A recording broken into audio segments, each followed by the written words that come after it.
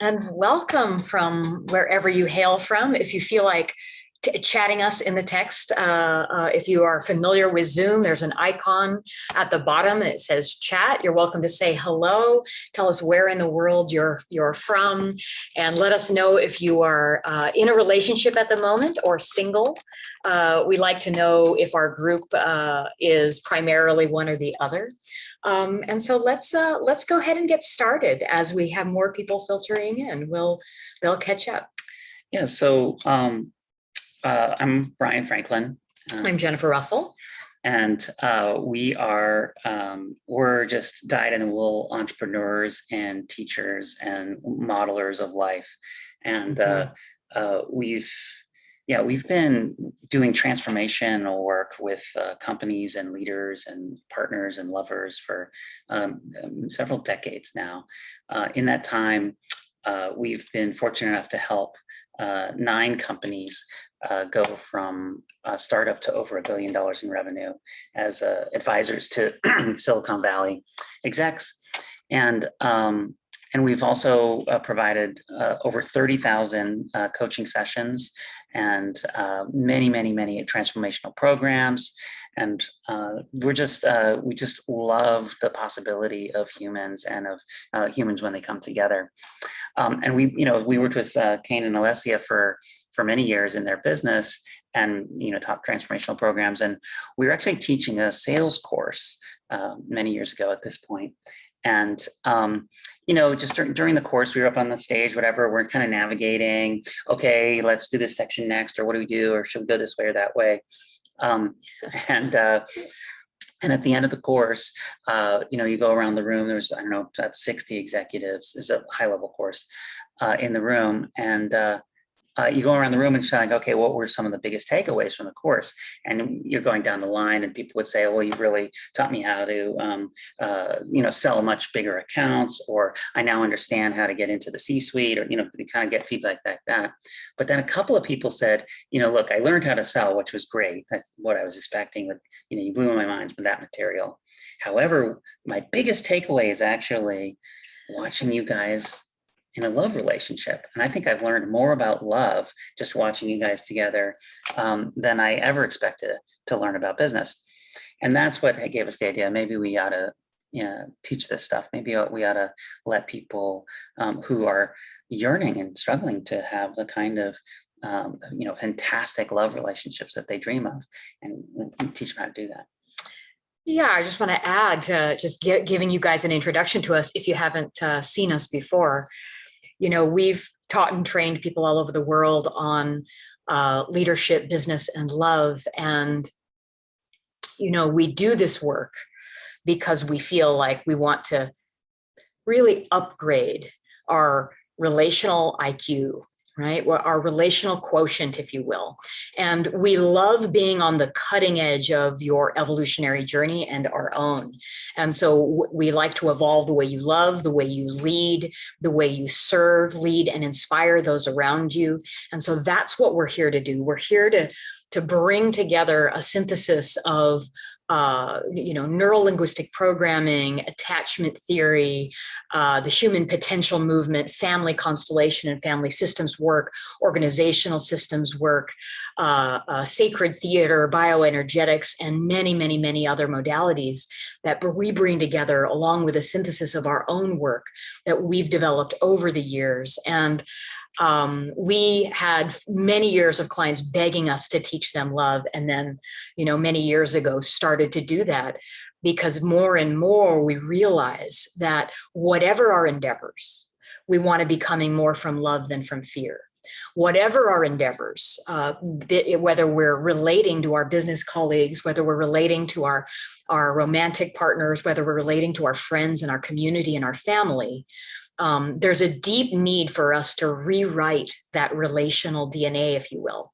And Bryan and I are one of our superpowers is that modeling and that developing frameworks and whole belief structures that allow you to do that rewriting of your relational DNA. And so not only are we going to be teaching in the upcoming Industry Rockstar Mastermind, where we're going to go deep diving into leadership, today we're here to talk about love. And love is pretty much relevant to all of us. We need to learn how to love ourselves and transcend our own patterns.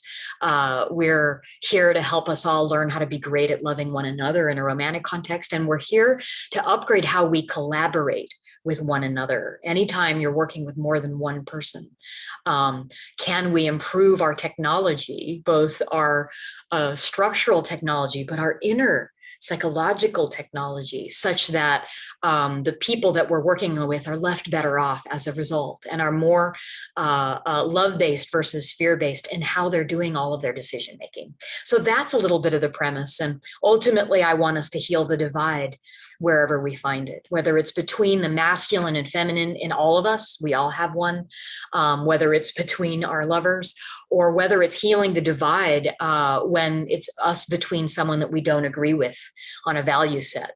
The divide between the left and the right, the Democrats, the Republicans, the black and the blue, the cops and the communities of color that they serve. We're here to really bridge that. So let's dive in today. So we're going to have a conversation about love and how we go not just into ordinary love where we're tolerating our relationships, we're doing pretty well and feeling okay, but really, how do we make that leap from ordinary love to extraordinary? And we've got a bunch of distinctions from you today. And at the end, we want to give you a special invitation and even maybe a special code to get into something that we're doing this weekend. Yeah, so you guys are here because when Kane and Alessia found out about this weekend and this course we're doing, he's like, well, our folks have to hear about it. I know, normally he talks to you about business, but he wanted you to make sure that you knew about this thing because of his relationship to us. And he actually shot a little video for you guys, which I'd love to play. So let's see here how we do this. This should totally work. Okay, and hi everyone! Hey, how are you? It's Kane and Alessia here, and we actually just arrived at our place here in Sardinia to spend the summer here and work from here and have fun. And we know that you are on a webinar or at an event with Bryan and Jennifer, who are absolute masters in what they're talking about. We just want to really quickly share how extraordinary their work has affected our lives.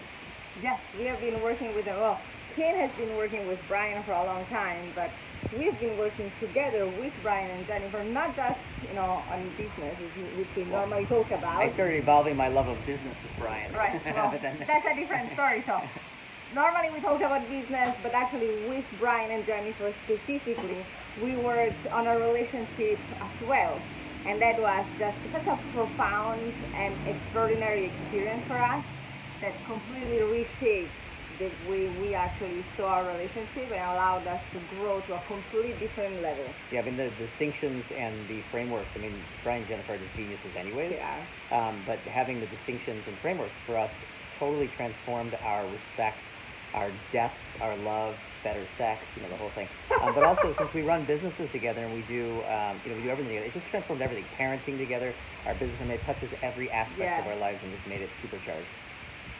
So there you go. Anything else you want to say? Well, no. So if you are, if you are there, enjoy, because every time we spend time with them, every time we work with them, we always get some amazing value.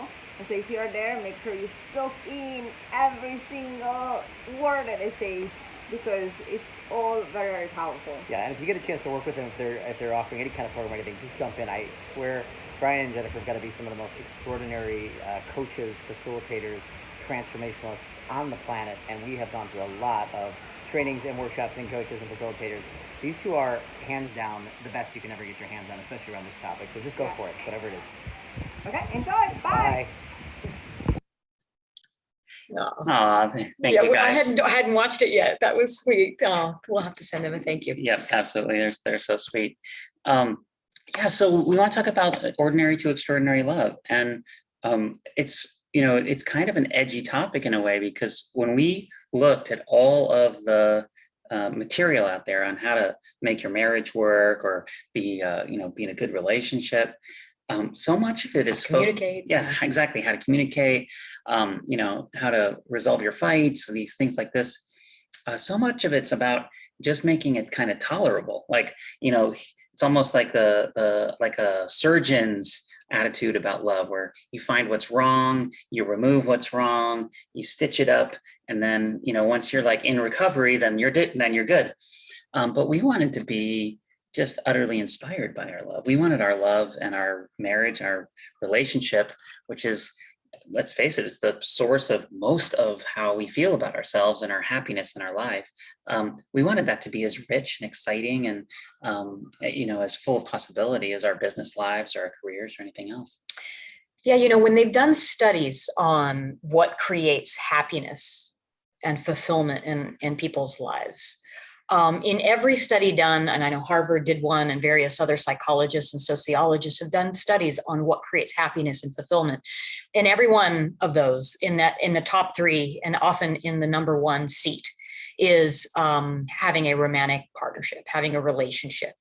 And so, given that what adds to the quality of life more than almost anything else combined, more than the great job, more than even the money or the fame, more than a lot of the other things that we tend to kind of drive and go after, having a really healthy relationship in your life is one of the leading factors for that. And so we think it's kind of a crime that we go through all of our schooling years and most of our lives, and we're not taught a lot about how to navigate emotions, how to navigate relationships, how to navigate the cycles and patterns that we all get caught in. And we unwittingly get caught in that. And so what we've come to realize is that these common ordinary views that all of us have grown up in, and many of them may sound familiar to you. We have 10 really distinctions, 10 of these ordinary views that seem reasonable when you first look at them. They seem rational and reasonable. They seem normal when you listen to the advice commonly delivered by your parents, your friends, the people that you know socially, their therapists even. But what in movies, in media, in books, we're swimming in a sea of these common ordinary views about love, and they lead to common ordinary relationships, which is fine. But we are actually excited today to talk to you. We won't go through all 10 of our distinctions around what goes from ordinary to extraordinary, but today we're actually excited to bust some of those common ordinary views, because they end up, in many sense, even though they seem reasonable, strangling some of the magic and some of the passion out of relationships. So let's dive into some of these. Well, yeah, I mean, I think one of the ordinary stories you hear a lot is where people constantly get into relationships with their fix-it projects, where you start to get attracted to people you think that you can help, or that might be really, really great if they just were to fix this problem, or fix that problem, or change this behavior. Once they sort that out, then they're going to be great, and then I would want to be with them. So I'm kind of like hanging out with them in the meantime, trying to make it work. And then most of those people, that relationship doesn't work, and then you find a new fix-it project and new fix-it project. I'm sure you've heard about those kinds of patterns if you've never experienced them. And so, normally the kind of typical advice for that person is, don't try and change your partner. Don't try and fix them. Find someone you love how they are already and just accept them completely as they are, right? Mm-hmm. But then what happens if you get into a relationship with that person and they're amazing, but there's a few things that are still bothering you about how you guys are interacting, or there's a part of you that wants to be loved in a particular way and it's not getting loved in the way it wants, or, how do you navigate that? And I found the typical advice is it's really kind of like either or, and neither works. Do you know what I mean? Like, either hey, go make sure that they change, and then you end up being like their parent and it gets kind of weird, or only accept them exactly as they are. So we find that the kind of neither of those is the full truth. Neither really works. Yeah, I want to draw in some distinctions here. I like where you're going, Bryan, because this feels really, really common in the 30,000 or so coaching sessions that we've done with people over the years. We hear this a lot, like this framework, and even if it's not these words, it's this framework. And we get into we talk about 4 different toxic cycles that relationships can get in, and when I say toxic, I mean like with a small t. Obviously, if anyone here is in a relationship where the toxicity is at the level of abuse or violence, this requires a lot more support and help. But we all can, even just in an ordinary way, get into this toxic cycle. And one of these cycles that Bryan is pointing to is what I call the complaint defense cycle. Right? We complain, judge, criticize. And then if you're on the receiving end of that, you kind of defend, pull back, and collapse. And that cycle of complaint defense is one of the most common. I've rarely seen a relationship that's transcended it completely. And so this idea that Bryan has, that we go in with the ordinary view of we evaluate our partner.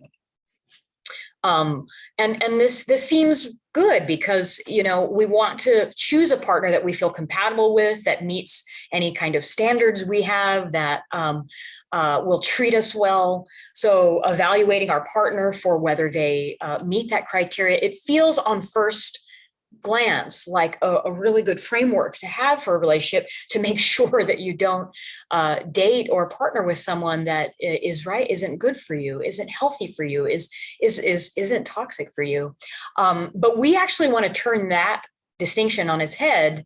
And the parts of us that are sitting there wanting to evaluate our partner, when you feel that urge, what we want instead, if you want to go from ordinary to an extraordinary relationship, in that moment, we say, don't evaluate your partner, evolve yourself, right? And so there's a shift in that. So rather than saying, okay, here are all the things, Bryan, that I think you need to change. It's a long list.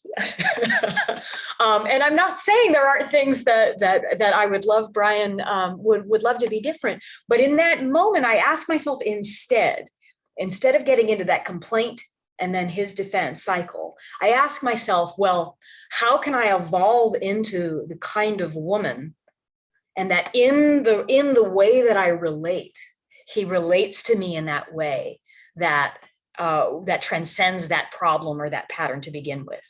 Because there is a way to relate where we bring out the Michelangelo, the best in us, like the Adonis, like as if we're chiseling away at the rock to see the beautiful statue that's inside of it. There is a way to love that does that. And I guarantee you, if you're in a evaluate your partner mindset versus evolving yourself, turning it here, then you can create one of those toxic cycles. And I just want to say one more thing about that part of it, because we didn't all grow up with healthy families. And even if we did, we don't always get the kind of a cockpit view of the inside of their relationships, where we were seeing what was really going on, where the conversations were really happening behind the closed doors, and where they were either resolving or not resolving what was happening.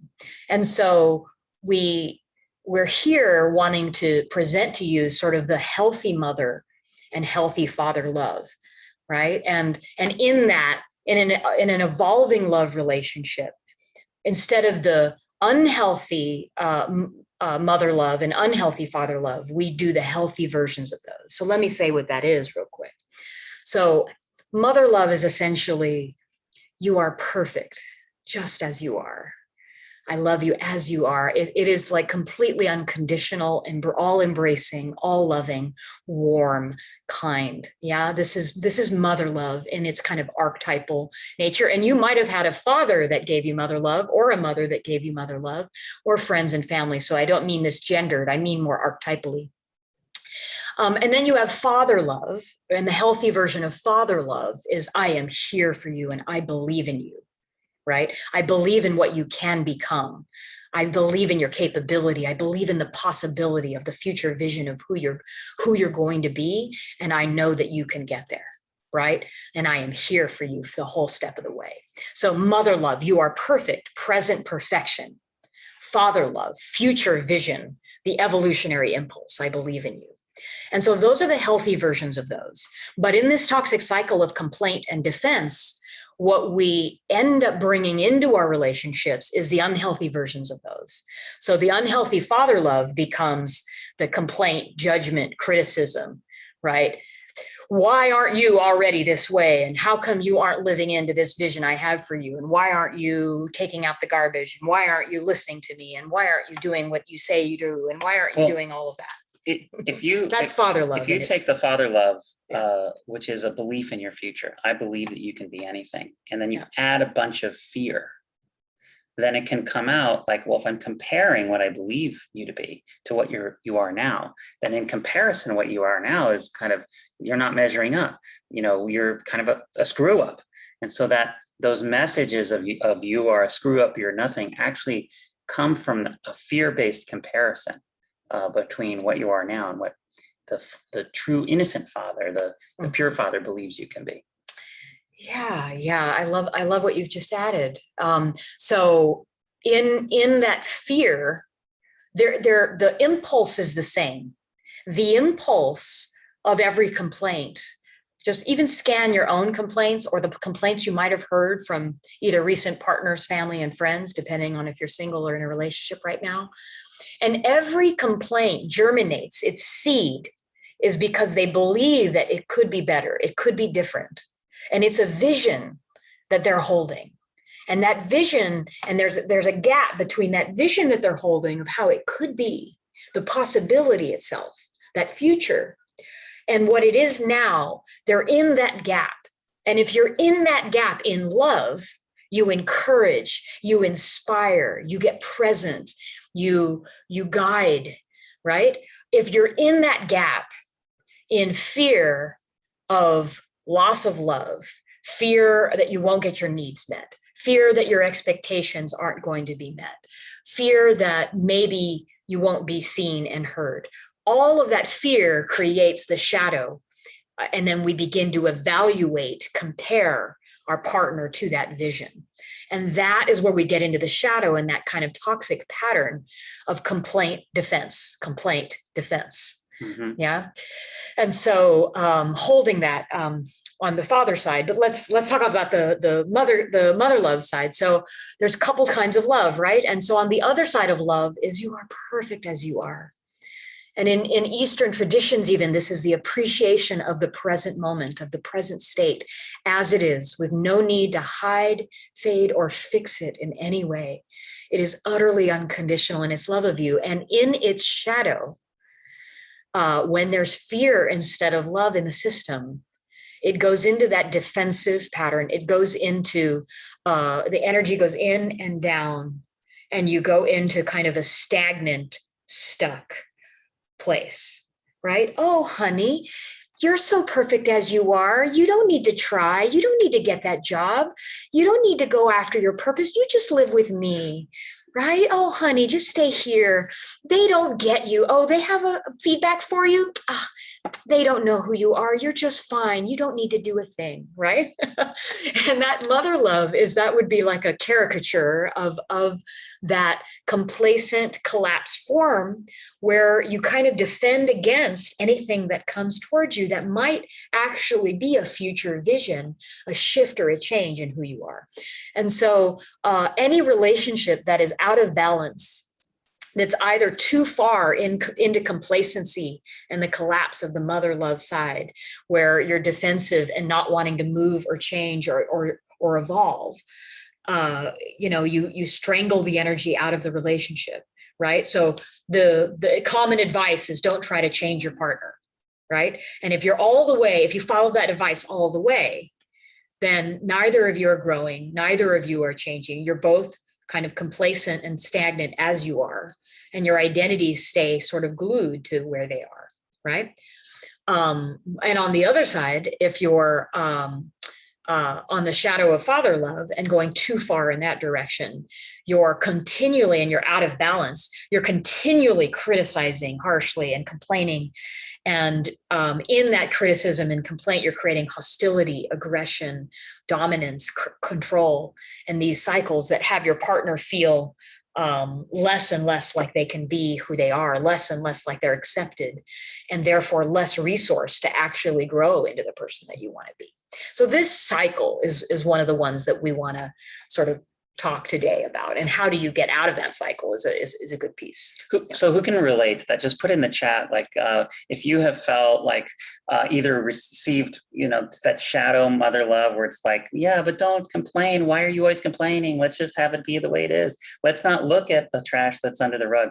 Or if you've experienced just constant criticism and it's never this enough, and we just got here and now it has to be different again.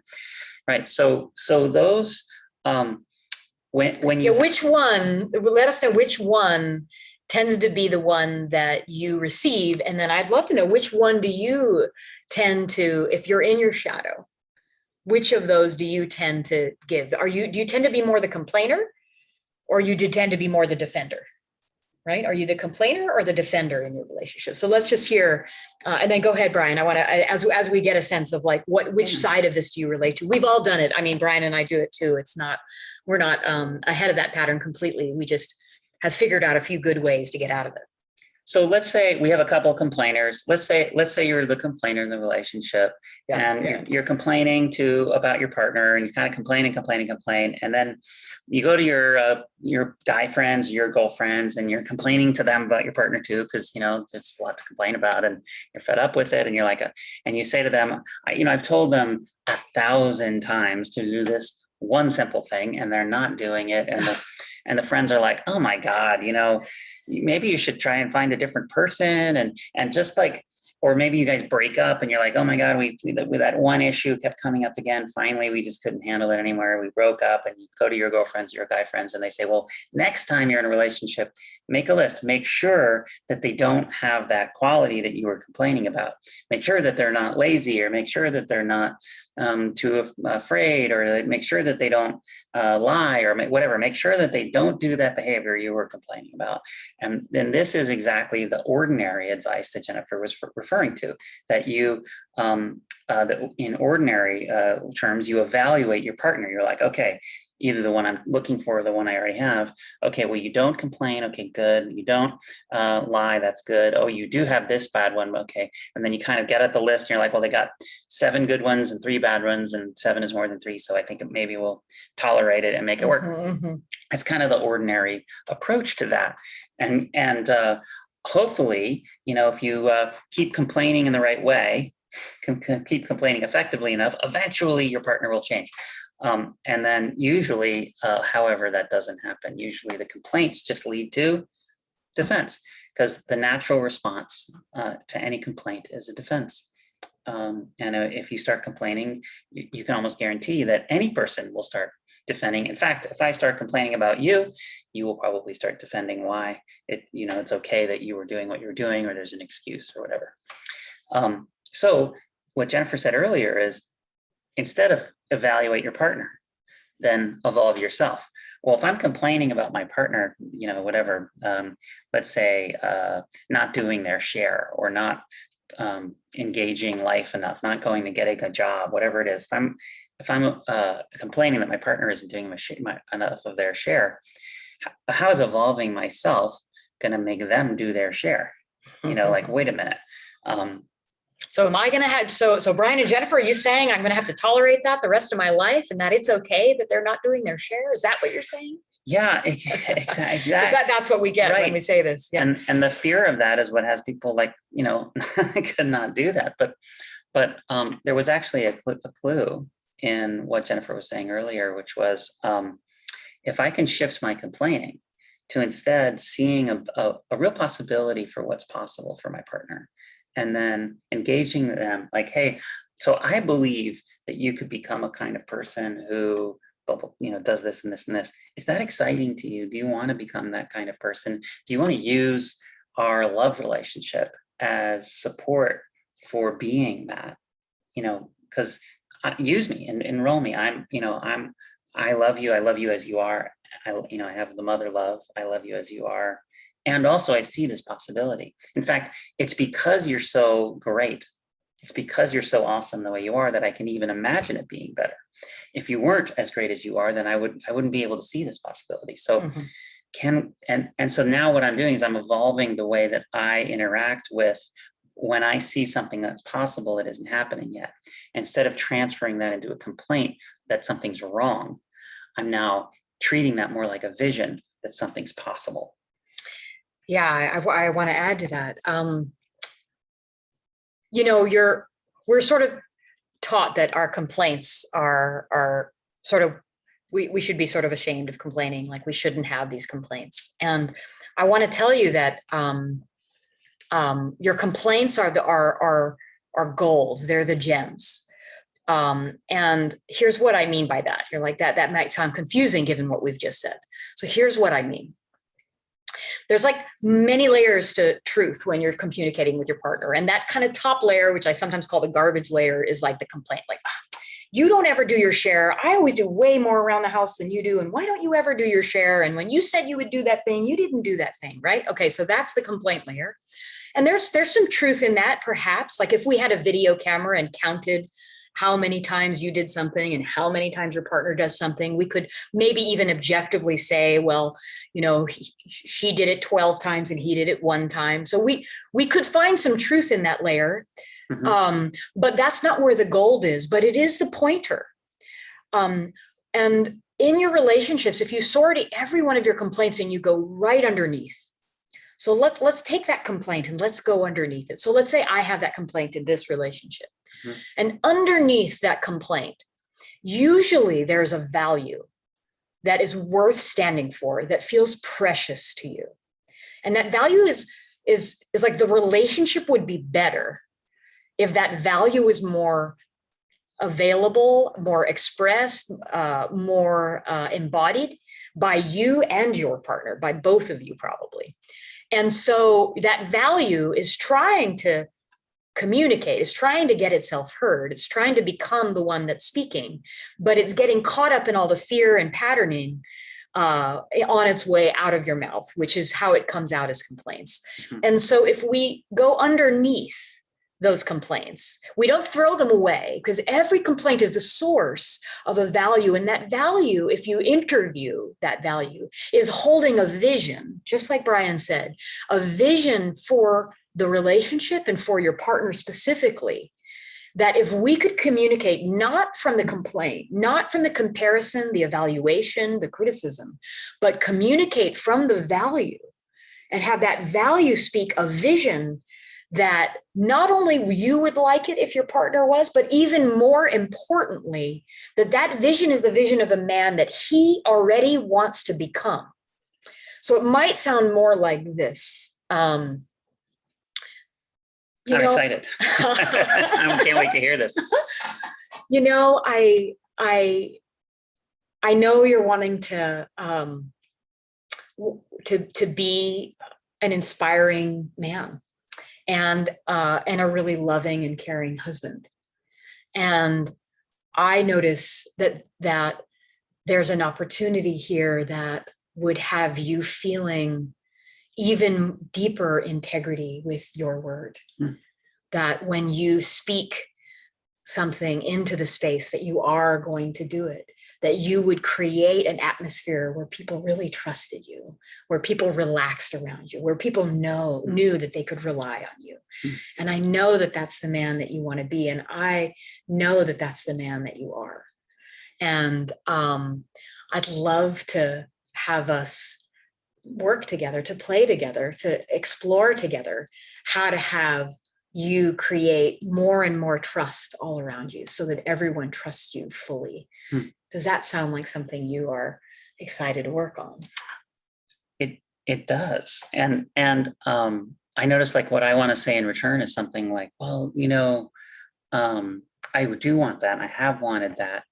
And there's these places I get like stuck where I feel like more is required of me than I can give or something like that. And I just wondered if you could help me in that place, see maybe how I'm seeing it differently, or help me with that part of that emotional journey, because I think that's where I'm getting, kind of stuck. And if I really felt your support there, then maybe you could give me a different idea of how to be in that moment. And then if you did, and I started to be the way that you're talking about, I could really see that having a big impact everywhere, not just, that you'd be happy, but really I'd be happy because I'd be more potent in work and be more potent in these other relationships. Anyway, so that's how that conversation could go. Yeah, and feel how different that is than, I've been doing the dishes every day, and I've been asking you to help me around the house, and you just haven't. Yeah. And I just don't trust you. I just can't trust you. You just don't ever do what you say. Or even better, I've left a dish on the counter just to see if you would ever pick it up. It's been 9 days and you haven't picked it. 9 days. That's kind of how the more typical, right? And so we're trying to show you that the complaint, the niggle that you're having is actually worth excavating, and then to see, like, is there a value crying out for, hey, I just want to be able to trust you. I just want trust to be in the space between us. And I picked that. It could have been a different value. It could have been integrity. It could have been cleanliness. It could have been creating beauty around us. There are many values that that one issue could be hitting on, but you touch the one that's got the most emotional content, and realize that everyone would be better off in the system. Trust isn't a transcendent value. If there's more trust, everyone wins. No one loses. So you're faced with this thing and you think you have a choice between either swallowing the bad feeling of not getting cared for in the way you want to, or not living in the environment you want to. Either you have to swallow it and pretend it's okay when really it's not okay. I mean, it clearly doesn't feel okay, which is why it's coming up. So that's one option. Or the other option is to try and make your partner feel bad enough so that maybe they do something about it. And both of those are kind of crummy options. And so that's why if you look to evolve yourself into a person who knows how to handle the thing that's coming up in a way where you honor where it's coming from, the value that Jennifer was talking about, but you do so in a way that honors the true beauty of your partner. I mean, you love them. That's why you picked them in the first place. And so that you're constantly evolving love together. And that's why we call our company Evolving Love. Yeah. So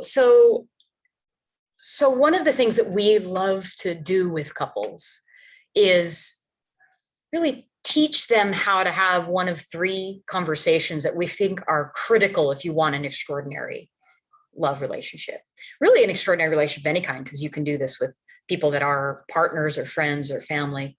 But that conversation is a conversation around creating a vision for your relationship. Now, we tend to have visions for our projects. We tend to have visions for our companies, our collaborative endeavors.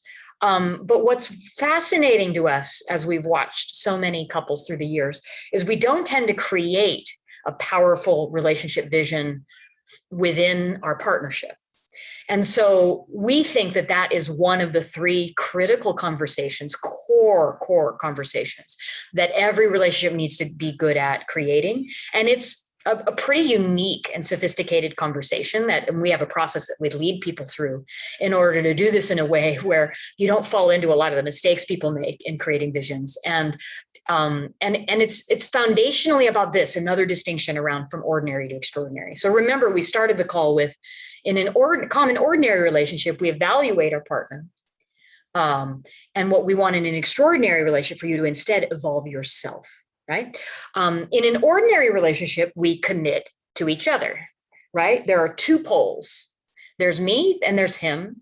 In most relationships, we know that there are some interesting relationship structures out there. So this still applies, is that the poles are between the parties within the relationship. And then we have the commitment and bond between us that hold us together.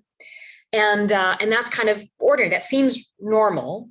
That seems like, well, what else would you do if that's not the extraordinary version? Mm-hmm. Well, when you have two poles, two people, or even three, and you have preferences, and you have your own needs and you have your own way that you want it to go, what happens is each of you meet with those and it's like, I want it my way. And then Bryan's like, well, I want it my way. And there's no way out. And you end up in a battle of preferences. And often the only way out of that battle, if there are two poles, is that you compromise. Somebody does. So somebody gets their way, somebody doesn't get their way. And in the moment that can feel okay. Like, oh, well, it's more important to you. It's okay that you got your way this time. And maybe next time I'll get my way. And there's kind of like a desire to balance out how often each person is sacrificing. But what we find is that compromise, that framework, that ordinary framework of it's good to compromise. I mean, when we were getting married, I think that was one of the pieces of advice that we heard. So often. Yeah. Yeah. But let's break this down, because if I'm truly committed to Jennifer and I'm committed to her like a personality, then in a way I'm kind of, I become employed by her mood in a way, because if she's happy and like feeling good, then my commitment is going well. And if she's sad or unhappy or dissatisfied, my commitment's not going well. And so if I'm only committed to Jennifer, then it can start to feel over time like I'm it's like I'm subservient to, like, and then if I start to feel like that, then I kind of exert my independence, which then just doesn't generally feel that good to either of us. And there's this kind of, and then she's feeling the same way. Like that's how so many women have the experience of giving up on themselves or like losing themselves in relationships. Mm-hmm. I think you lose yourself in a relationship when you commit only to the other person, because then all your energy is going into them and they're kind of the boss of you in a way, as my young child would say. And then until you say, you're not the boss of me, and then there's a fight or whatever. And so when both people are trying to be more subservient to the other than the other to make it work, it creates kind of a weird dynamic. Well, it can create position opposition, right? And it can create that collapse or control. Yeah. Right. We either are controlling our partner. So this is another one of the toxic cycles where we control and collapse. Remember, we had complaint and defense as one of the cycles, really common ordinary cycles. Well, one of them is control. It's going to go my way. Yeah. Collapse. Okay, I guess we'll do it your way. Yeah. Right. Right. And so that's another cycle that we get in. And that's a really ordinary, normal cycle. We've all been there probably. But there is a way out of that cycle. And the way out is what we're hinting at. So if in an ordinary relationship, there's two poles and we're committed to each other, in an extraordinary relationship, there are three. And so there's a third pole in your relationship. And again, that third pole is the very reason that you're in the relationship. You're committed to it. And it has to be an equal amount of commitment that you would have to your partner that you have to this third pole, so that it creates that stability. Just like a three-legged stool is more stable because there's equal weight and stability on three legs rather than just two, then our third pole is that relationship vision, which for us is that core conversation that we think couples need to get good at, which is how to create that relationship vision. And when we, as Bryan and Jennifer, are not just committed to each other, and that's a strong bond, so it's creating some stability, but we're also each just as committed to this third pole, this relationship vision that we have, which is really the reason that we're together to begin with, that when we consciously create that, then that stabilizes us and we don't get into the who gets whose way. It becomes a conversation. So we don't have that fight. I don't know. I can't even remember in like 13 years ago. I mean, we have not had that fight. And the reason is that we ask ourselves, even the simple things, should we go out or should we stay in? Well, what would be more in service to our vision, our relationship vision? And then it's the two of us on the same team having maybe different opinions, but we're both saying, well, here's what would serve our very reason for being together. Here's what would serve our third pole, our relationship vision. And it's clear, and then it becomes clear to us. Do we invite the in-laws over or not? Do we move for this new opportunity, or do we stay where we are with our friends and family and what we know and love? Do we build a business together, or do we just work separately on our individual missions? And when you have a consciously created vision, which is a conversation that we want to teach you all how to have with each other.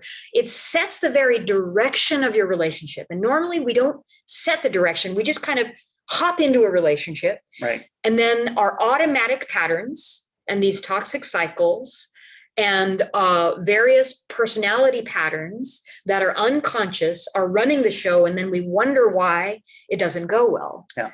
And so really what we're about is one of the things that we're about is this conversation is teaching couples in a really unique process how to create the kind of vision, because it's not just any group of positive, flowery sounding words. No, that won't work. Yeah. That's not quite what we're talking about, but a very custom crafted vision that forms the bedrock, forms that third pole that gives your relationship the stability in order for you to evolve and grow together versus butt heads and eventually fall apart.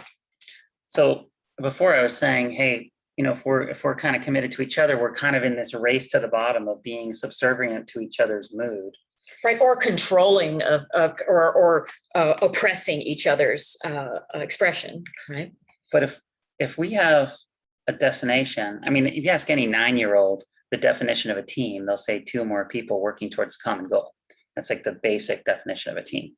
And so most relationships don't have a common goal. So of course they don't feel like there's teamwork in the relationship. But if we have an expression of relationship, the very reason we're in one to begin with, which is the whole reason to be here. And that's what we're committed to. And it's a distant future possibility of the contribution that our relationship is going to make to us and to other people. And I'm totally in service to that. And Jennifer is totally in service to that. There's no weirdness of being underneath because we're not underneath each other. We're underneath this vision, which is bigger than both of us. Mm-hmm. And we're totally committed to it. That guarantees that we're going to be always in sync, that we're always growing together, that we're always evolving together. If we get ourselves caught in a complaint and a defense cycle and we say, okay, well, should we commit now more to change? Or should we commit in this moment more to appreciating how it is? Which is the path right here? Mm-hmm. We can bring up our vision and say, well, how is our vision impacted by this decision? Earlier she was role-playing this concept of like, hey, what if there was more integrity around your word and doing these things, right? So if that was an issue we were struggling with, then we look at the vision. It's not just that would be nice for Jennifer or that would be nice for Bryan, but the whole reason that we're in this relationship is because we want to heal the divide. We want to create harmony and balance for others, for ourselves, and for as many others as possible. Because when we see people who love each other that are fighting, or when we see nations at war, when we see 2 sides where there doesn't have to be, it's heartbreaking for us. Yeah. So how will that mission of healing the divide, of creating harmony and balance, of leaving that as a legacy, how will that be impacted by this change? Now we're on the same page. We're on the same team. We're shoulder to shoulder, creating the same impact. And so that's, a really powerful relationship vision can solve fights. It can inspire you to do the internal work that you've been putting off. It can inspire you to evolve when you've been wanting to blame. It can help you appreciate the brilliance and amazing aspects of your partner. It can help you feel so touched because they're so committed to something that's so dear to you. And it can, another common ordinary thing that happens in relationships is they tend to fizzle and get less full of passion or adventure or interest over time. And when you have a third pole, this vision that's sort of driving the relationship forward, your relationship is always interesting. You're always at the edge of your seat. You're always growing and evolving together. And it's very passionate and fun and adventurous and interesting. And so having this really staves off that idea that over time, a relationship has to fizzle. Mhm. You know, we have been together for over 13 years now, and we act like newlyweds even still. Like, we are absolutely delighted, at the edge of our seat, can't wait to spend every minute with each other. And we have our own pursuits, so we have a lot of sovereignty in our relationship and a lot of independence, but we also treasure every moment we spend together, and that sovereignty and unity, like, we are all about that. And so we know some of what it takes to create a relationship that has that quality, that doesn't have that fight over who gets whose way, that doesn't have that complaint defense dynamic, and that doesn't have that control collapse dynamic. And this relationship vision conversation that we take you through, and we have an upcoming course where we do that, is where we show you basically how to transcend that toxic cycle into a thriving one that you can use. And we even do this with singles, because imagine if you spent time, if you happen to be single, deciding, like, what is the very context? What's the reason I'm in relationship? What's this greater vision that I have for what I want my relationship to be about? And imagine that being the invitation on the first date. Like, hey, I want to invite you into this kind of relationship, and here's my vision for what it could be. Does that sound fun to you? And Yeah. you'll self-select. The people that'll run screaming are like, okay, they're not up for that game. But inviting them into something like that, where they light up and get excited, like, wow, that's incredibly thoughtful. That's conscious. I'd love to be involved in that kind of relationship. Yeah. And here's how I might add to that vision. Right now, you've got a really great invitation for someone to step into that sets the direction. Remember, we talked about setting the direction. It sets the direction of your relationship instead of it just being on automatic. And it's like two blind people leading the blind leading the blind. We now actually have a light tower. We're like, that's where we're headed. We're headed to that light tower. And then when we get to that light tower, we then create a new vision, because every vision outlives itself unless you're standing still. So we redo our vision. We basically revisit it every year at our anniversary, which is just passed, which is why we're doing this course now, because we are just going through this process, and we're excited to go through it in a course where we bring together some visionary couples and some visionary singles who are excited to learn how to have this conversation, and excited to learn. We're going to be teaching 4 relational skills that are critical relational skills. Remember, I said you want to rewrite your relational DNA and upgrade your relational quotient, your RQ. Well, in addition to teaching you this process, we've got some skills that we think everyone ought to learn. And these 4 that we're teaching in this course, it's like 4 more courses that we're going to add into this one that actually allow you to have the skill you need to be able to do this well. Our relationship vision has been so powerful for us. And when we've taught it to people, we realized, oh, wow, there's actually this foundational skill you need in order to put it into practice to make it work. So we've even just included those to make sure that everybody who does the course can really make it work for them. And if you're single, as Jennifer was saying, if you broadcast what your relational vision is, hey, this is the reason why I'm shopping for a relationship. This is what I'm about. This is the whole reason I want one, is because of this reason. And I'm about this with or without that person because it matters that much to me. Right? Then you just attract people who are about the same thing. And you also repel people who aren't. So you don't have to guess whether you want the same things or like that, because just be surrounded by eligible bachelors or bachelorettes that really want to create what you're creating. And that turns dating from this like nightmare, experience of dealing with these people are so weird, to an exciting experience where you're meeting constantly people who have the same values and are trying to create the same future you're creating. So let's talk about the course, because we want to help you do it. It's an involved process, and it takes, I think it takes a lot to do it, and we want to kind of sit with you step by step. We want to do in the course, we're going to do Zoom calls where we're interacting. We're going to work one-on-one with each person and each couple as they design their vision, and make sure that you have all the support you need.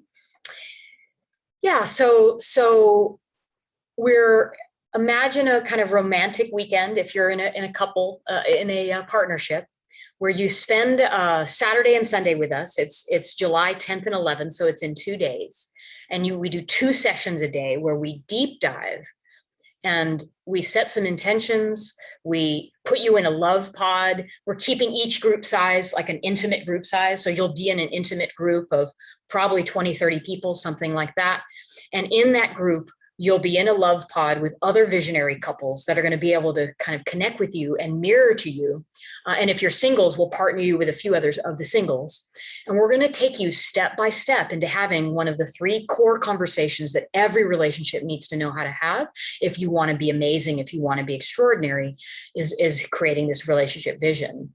And then on the following day, we're going to take you into a deep dive skills lab, where we're going to teach you the 4 skills that you need.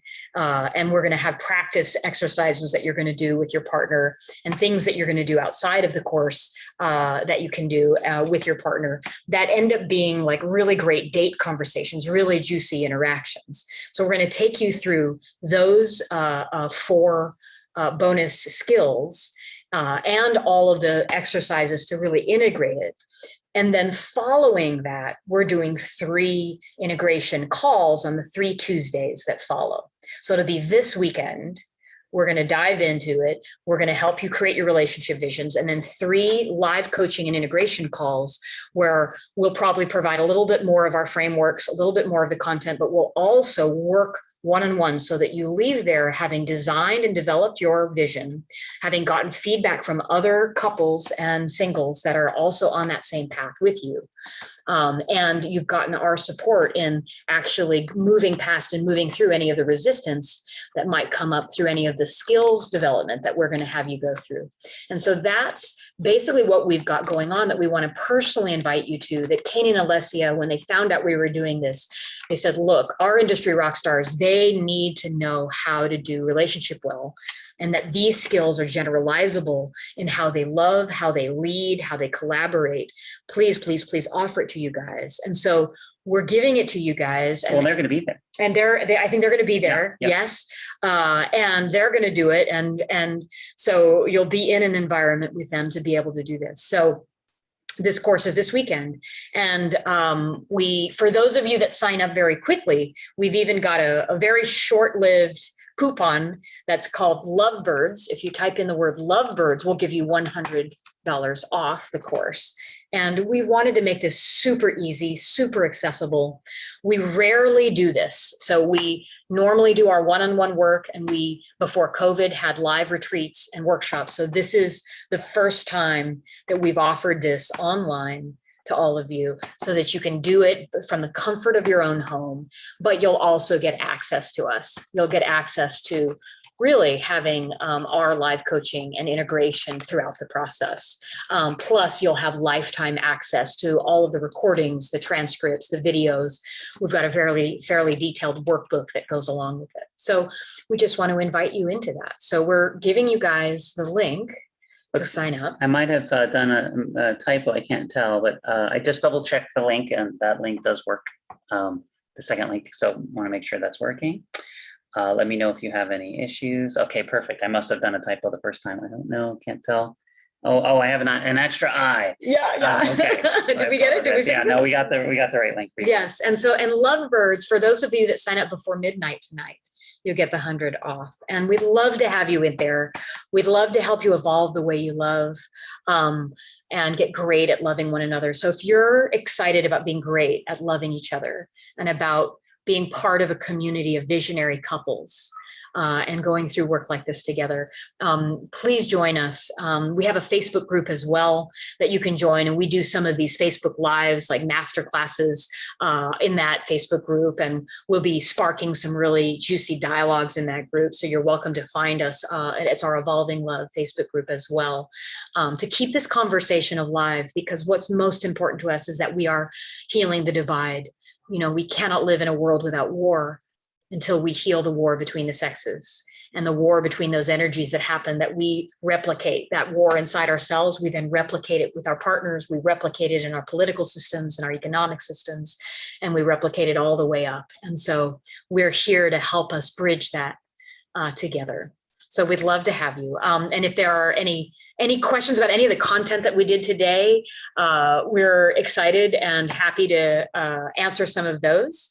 And if there's any question about the course, we're actually also happy to answer those. If you have any burning questions about love, we're also happy to take those and before we close today.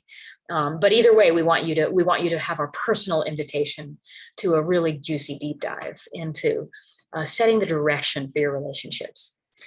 Yeah, so looking for the price of a couple of dates, you could have all of the rest of your dates really have a completely transformed experience. This was super fun to be here with you guys. Thank you so much for showing up. We'll send you some follow-up via email so that you have the link and the Lovebirds code and the Facebook group and all the things we talked about. Yeah, and if you go to our website, you'll find our love guide, which you can opt into, and that will give you the 10 ways to go from ordinary to extraordinary. Just go find us on our homepage, evolvinglove.us, Yeah. And there'll be a way to get our free love guide, because we really want you to be great at loving one another, and I think you're going to have fun with some of those distinctions around love. We only talked about maybe 2 or 3 of the 10 today, so go ahead and get your hands on that if that sounds like fun to you. We'd love to give that to you as just our gift. We're excited to be in that conversation, and you're welcome to join our Facebook group as well. Thank you so much. You've been great, and we'll see you this weekend. Yeah. Hope to see some of you there.